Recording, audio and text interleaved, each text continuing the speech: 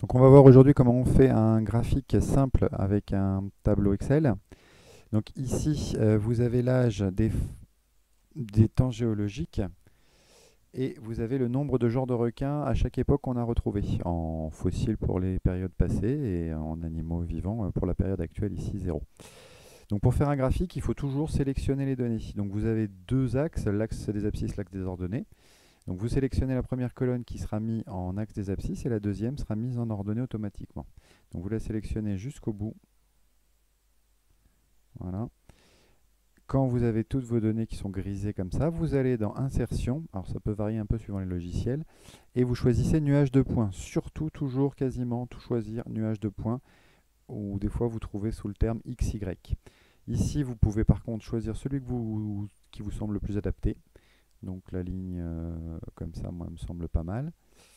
Et donc vous cliquez, et donc là vous avez votre graphique qui est terminé pour la partie courbe. Donc là vous voyez le nombre de requins. Les requins sont apparus un peu avant 400 millions d'années, et ils se sont bien diversifiés vers 100 millions d'années, et ils sont toujours au top aujourd'hui. Si on regardait les derniers chiffres, là, ils seraient bien plus bas parce que l'homme en massacre un paquet. Alors maintenant, il nous reste quand même à compléter les titres des axes et le titre du graphique qui ici n'a pas été bien sélectionné par le logiciel. Donc le titre du graphique, on va le faire à la fin, on va garder ça. Pour le titre des axes, soit vous cliquez sur les axes et vous allez par exemple en haut dans Création et vous allez dans Ajouter le titre des axes au vertical principal. Donc ici, c'est le nombre de genre de requin. Donc là, vous pouvez faire un copier-coller sous forme CTRL-C. Sur le clavier, vous sélectionnez votre espace, vous supprimez et CTRL-V.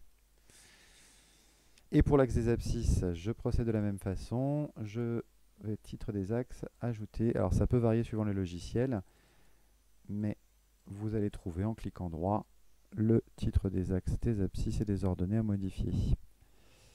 Et donc là, CTRL V. Voilà. Pour le titre, je double-clique dessus et je vous explique tout de suite comment on titre un graphique. Donc, on met son graphique déjà, son type de document.